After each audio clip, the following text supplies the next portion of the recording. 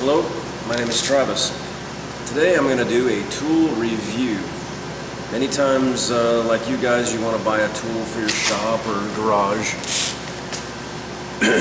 you check out some reviews, figure out where you're going to buy it. I got the perfect example of maybe what not to buy. Or if you're going to go, maybe you should buy something better than this. So here it is. The bead roller from Harbor Freight. Most of us buy Harbor Freight stuff because it's cheap, it works, it serves the purpose. The only problem with this bead roller is that one, it's so flimsy that to get a bead, these two wheels walk back and forth. They would walk back and forth from the flex in the frame, which doesn't make a bead, doesn't make anything. It's horrible. Here's examples of it on this aluminum. For one, you can't do this is thin aluminum, and you couldn't do very thick because it moves all over. This thing, it just made a mess out of it. I just did a couple of beads. You can kind of see there. You can't keep a straight line because when those two arms are moving, it's like it's steering the wheel over the aluminum. There you go. And when the arms are straight up and down, it starts to make a good bead, and then they fall over and you lose your bead. It's horrible. It comes with cutting dies to try to cut sheet metal. When I used the cutting dies, it just kind of, it was a mess. It didn't really work. This is, I don't know what gauge that aluminum is, but it's pretty thin. I tried it on thin sheet metal.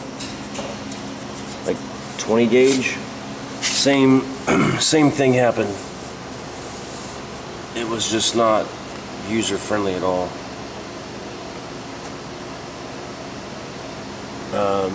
So I tried to fix some of that problem by welding this on the back. A couple of pieces of flat bar, thick piece of square tubing. I welded it together. That took most of the flex out and made it a decent machine. Now, I don't remember what I paid for this thing. Maybe $100. I don't know, $100 maybe. I don't remember. But so now it's a decent bead roller. It will work. It comes with different beads. It comes with these bead rolling beads, which typically when people roll a bead in something, what you see their paneling work, they're not using this. They're using what some people call a step bead. Not these. So this is the smallest bead. It came with a bigger bead to make a larger bead, which that machine won't even handle any bigger bead. And then came with a bunch of these step beads.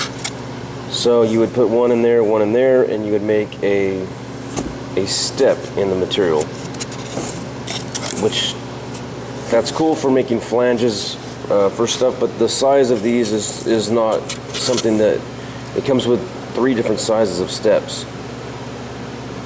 Typically, people don't use these unless they're doing some sheet metal work to panel up pieces. 3 of them. So, if you go on a website and get a better quality, well, actually, let me back up. If you go to buy bead rolling dies from a place who carries bead rollers, you're going to pay like $60 for a set of dies. So if you need, say, what you're going to use, maybe you're going to buy a nylon wheel, you're going to buy a narrow step bead, and maybe a radius roller bead die, you can spend $150. That brings me to what I would say is, don't buy this, buy a better quality unit that comes with those bead dies. because a lot of the dies here, I don't think, unless it's specifically you're going to use it, I don't think that you're going to use it.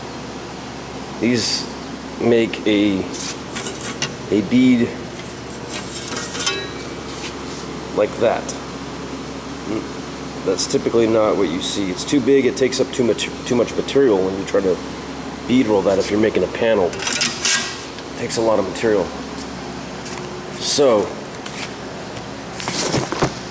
that is what I say about the Harbor Freight bead roller. I would go and look around, what is that place? Eastwood. Go on Eastwood site, they have a bead roller that's very similar to that. It's a little better quality. I've read reviews. It seems it works a little bit better. You may have to put some metal on the back to stiffen it up, but it comes with a better set of dies. Just their die set is like $200 by itself. So if you're getting the $200 die set plus a $100 machine for, I think it's $285, I think that's a better deal. I would go that route rather than doing the Harbor Freight bead roller. But if those dies work for you and you're going to do some thin sheet metal, then by all means, buy that. And I also had trouble going online.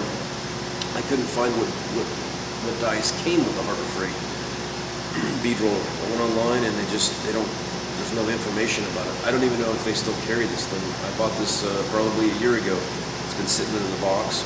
I needed to do something with it. I pull it out. It just didn't work for what I needed to do. Now it might, so I'm gonna give it another shot. I think I'm gonna take those all those step rollers, put them in the lathe, and I'm gonna make a radius set out of one and make a smaller step for the other set, and then it'll do, I think, about what I need to do.